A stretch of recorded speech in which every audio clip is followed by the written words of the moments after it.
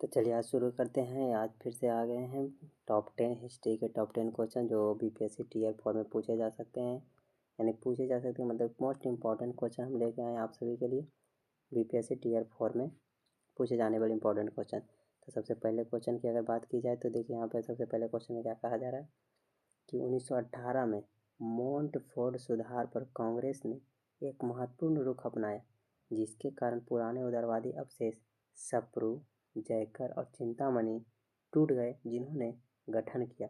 तो बोल रहा है कि क्या भारत सेवक समाज का गठन किया या स्वराज पार्टी का गठन किया, इंडियन नेशनल लिबरल फेडरेशन का गठन किया, उपयुक्त में से एक से अधिक या उपयुक्त में से कोई नहीं।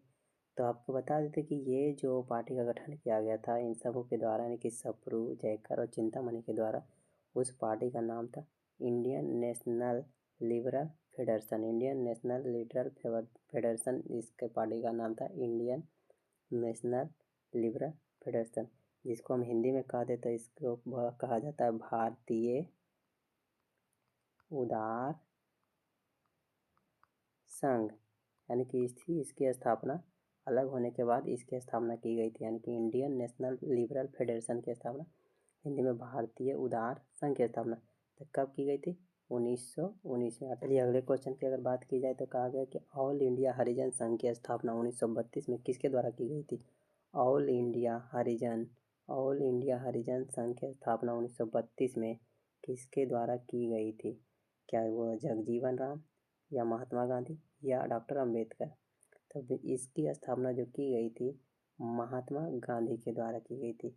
ऑल इंडिया हरिजन संघ 1932 में किसकी स्थापना किसके द्वारा की गई थी? तो इसकी स्थापना जो है महात्मा गांधी के द्वारा की गई थी।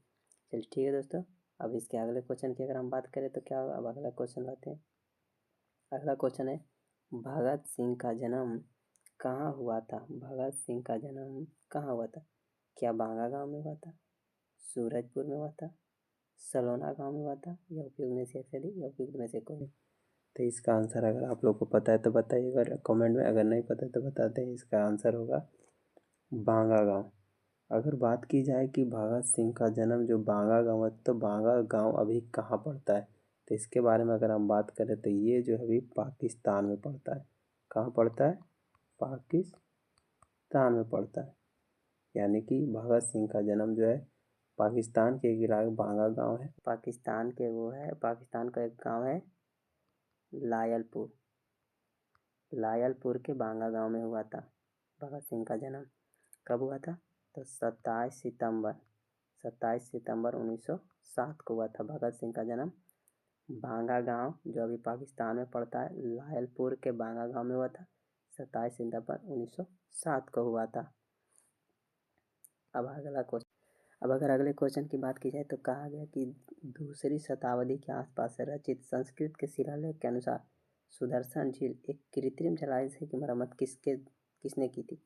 तो इसका आंसर हो जाएगा क्या कनिष्क होगा या रुद्रदामन या हर्ष या एक से अधिक, इनमें से कोई नहीं। तो इसका मरम्मत जो कराया गया था रुद्रदामन के द्वारा। दूसरी शताब्दी के आसपास रचित संस्कृत के शिलालेख के अनुसार सुदर्शन झील एक कृत्रिम जलाशय की मरम्मत किसने करवाई थी? तो रुद्रदामन ने करवाई थी। चलिए दोस्तों, अगले क्वेश्चन की अगर बात की जाए तो अगला क्वेश्चन आते हैं। अगला क्वेश्चन कहा गया है कि प्रथम आंग्ल बर्मा युद्ध की शुरुआत किसके समय भारत का गवर्नर जनरल कौन था? यानी कि प्रथम आंग्ल बर्मा युद्ध जब हो रहा था तो उस समय भारत का गवर्नर जनरल कौन था? तो इसके बारे में अगर बड़े से बात की जाए तो क्या लॉर्ड एमहर्स्ट था, लॉर्ड कॉर्नवालिस या लॉर्ड डलहौजी, एक से अधिक, इनमें से कोई नहीं। तो इसका आंसर होगा लॉर्ड एमहर्स्ट। प्रथम आंग्ल बर्मा युद्ध के समय भारत का गवर्नर जनरल लॉर्ड एमहर्स्ट था। चलिए अगला क्वेश्चन। चलिए अगर इस क्वेश्चन की अगर बात की जाए तो कहा जा रहा है कि संथाल विद्रोह के नेता कौन थे? शंभुनाथ पाल या कोरामाला, जारा भगत या बलराम भगत या सिद्धू, यानी सिद्ध लिखा गया है या सिद्धू होगा, सिद्धू एवं कान्हू। तो इसका आंसर होगा सिद्धू और कान्हू। यानी कि संथाल विद्रोह के नेता कौन थे? सिद्धू और कान्हू। तो इसमें तो दो ही नाम दिया गया है, लेकिन ये चार भाई थे। संथाल विद्रोह के जो नेतृत्व कर रहे थे, एक थे सिद्धू कान्हू और अगला थे चांद, और एक नेता कौन थे? संथाल विद्रोह के नेता थे सिद्धू और कान्हू थे, सिद्धू और कान्हू। इनमें पूरे 4 भाई थे, एक चांद और भैरव। चांद, सिद्धू, कान्हू, चांद और भैरव के नेतृत्व में संथाल विद्रोह हुआ था। तो संथाल विद्रोह कब से कब तक हुआ था? तो संथाल विद्रोह हुआ था 1855 से 1856 के बीच हुआ था संथाल विद्रोह।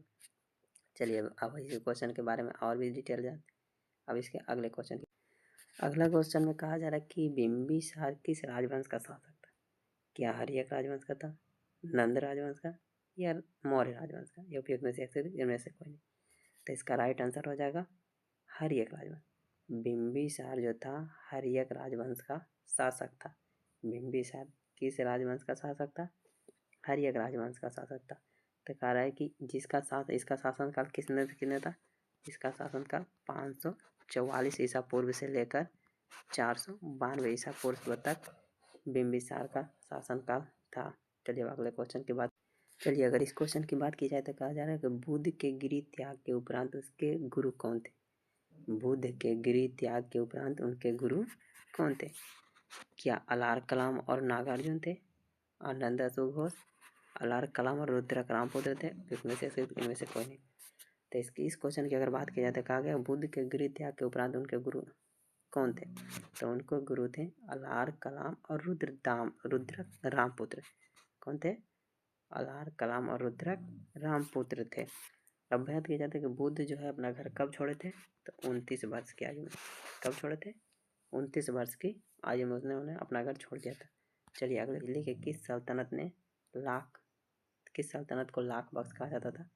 तो इसका आंसर हो जाएगा कुतुबुद्दीन ऐबक, क्योंकि ये बहुत दानी था और ये सभी को बहुत ज़्यादा दान किया करता था। कुतुबुद्दीन ऐबक ने ही 1206 में गुलाम वंश की स्थापना की थी। कौन वंश की? गुलाम वंश की स्थापना की थी। कुतुबुद्दीन ऐबक ने ही गुलाम वंश की स्थापना की थी। इसको क्या कहा जाता है? लाख बख्श कहा जाता है कुतुबुद्दीन ऐबक को। चलिए अगर इस क्वेश्चन की बात किया जाए तो कहा कि भारत में साइमन कमीशन के आगमन से पूर्व निम्नलिखित में से कौन सी घटना घटी थी? क्या ककोरी षड्यंत्र, गांधी इरविन समझौता, प्रथम गेलगे सम्मेलन, एक से अधिक? इनमें से कोई नहीं। तो ये जो हुआ था उस पर ककोरी षड्यंत्र हुआ था। अगर इसके बारे में ज़्यादा बात की जाए तो कहा जाता है ककोरी कांड क्या है? तो ककोरी कांड जो है 9 अगस्त 1925 को